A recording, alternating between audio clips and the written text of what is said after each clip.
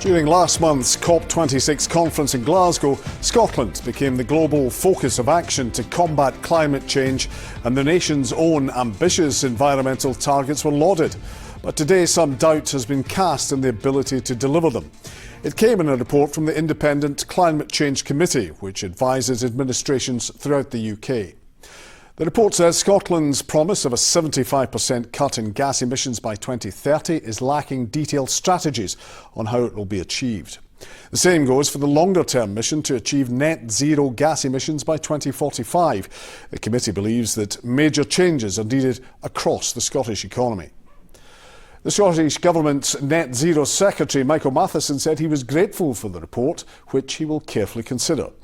We spoke to the committee chairman, Lord Deben, and the climate campaigner and blogger, Laura Young. Lord Deben, could you outline briefly what the Climate Change Committee was saying about Scotland and what it's hoping to achieve? Well, we've congratulated the Scottish Government on having very high standards and a real determination to try to reach net zero, indeed to reach net zero by 2045. And that, of course, has been supported by the Scottish Parliament. Now, the problem is that we still don't have a detailed programme to achieve that end. We're not really meeting our promised annual targets. And what we've asked the Scottish Government now to do is to make absolutely clear how they're going to achieve the ends to which they perfectly properly have put their name.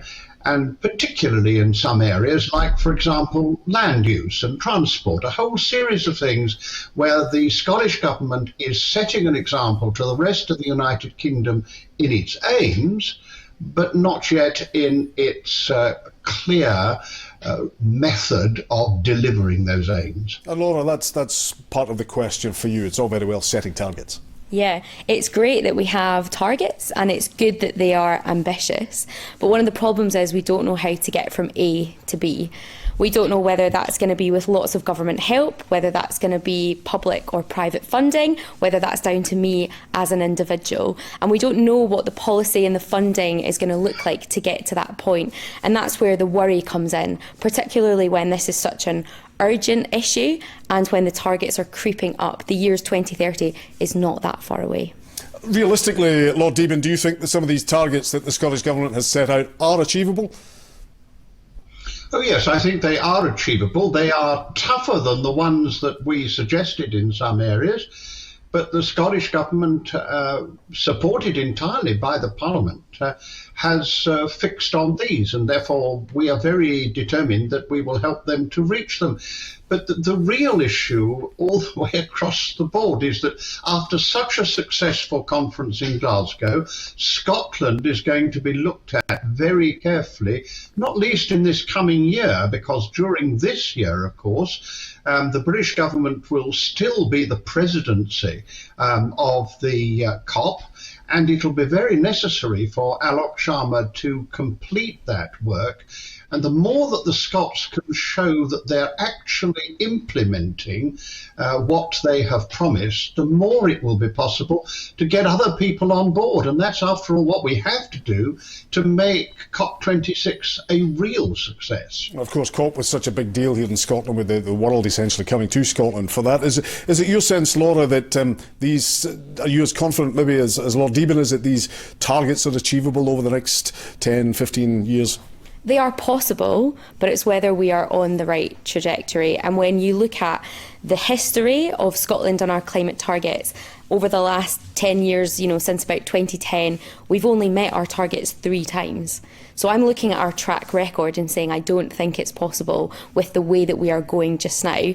And when you think of such ambitious targets, but without the policy and the funding and the route that we're going to go down, it seems quite unlikely. And I don't think COP was an overall success. We didn't get everything that we needed from it. We saw progress, but we didn't see justice. And so I think it's important that we really stop talking about targets. It's actually a little bit boring sometimes. We actually then talk about how we're going to do it.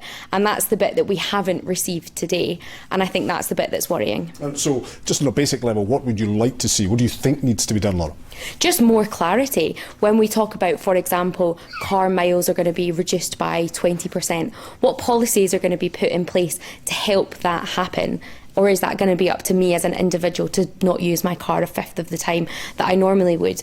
There was also lots missing around aviation and around peatlands. Now, as an individual, I can maybe stop flying, but I don't know what I'm supposed to do about peatlands. And so we need to really get some of these areas critically looked at and the policies put in place. And I think there was about 70 suggestions made to the Scottish Government, and lots of ministers have it in their capabilities to work on these issues. So we need to see that work being implemented and the progress being made. Lord Deben, what are some of the principal recommendations out of that 70, some of the main ones that you think could be actionable?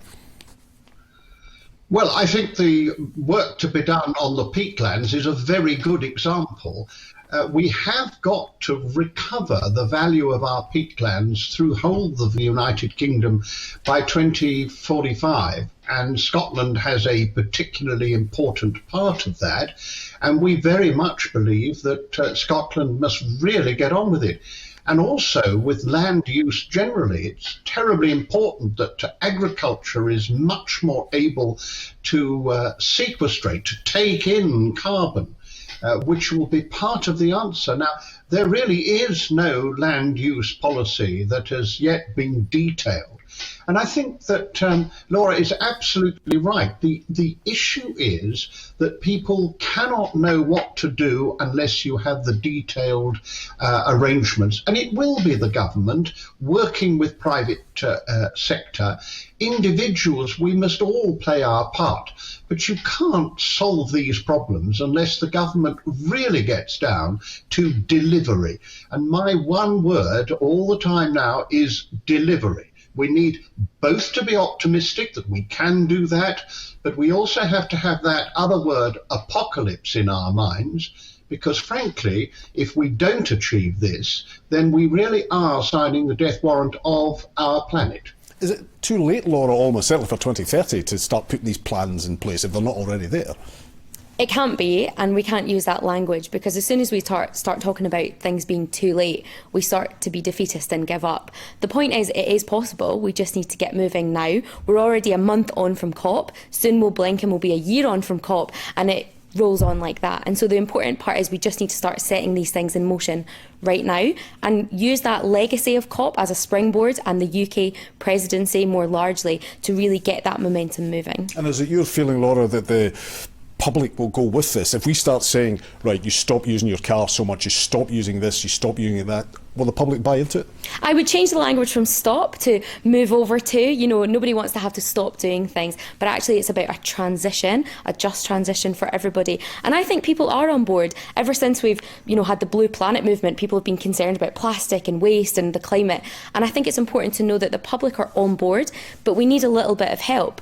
For example, transport. We need public transport to be more accessible, more affordable. We need taking a flight to be the last option on your list. And that goes for any sector that we're talking about. So we need the help and we need the guidance, and that's what we need now, rather than the reliance on individuals to do all the work for us. And finally, Lord Deben, despite the detail, you would at least applaud the ambition that's being shown here in Scotland. Oh, yes, I applaud the ambition. I have been telling the rest of the United Kingdom how they ought to copy Scotland. So no one can say that I haven't underestimated or failed to support what the Scottish Government has sought to do. But we are now coming to the point at which we actually have to do it. And I very much like Laura's point that we're a month on, and that month is one more month wasted if we don't do what we have to do. Lord Deben, Laura Young, thank you for joining us in Scotland tonight.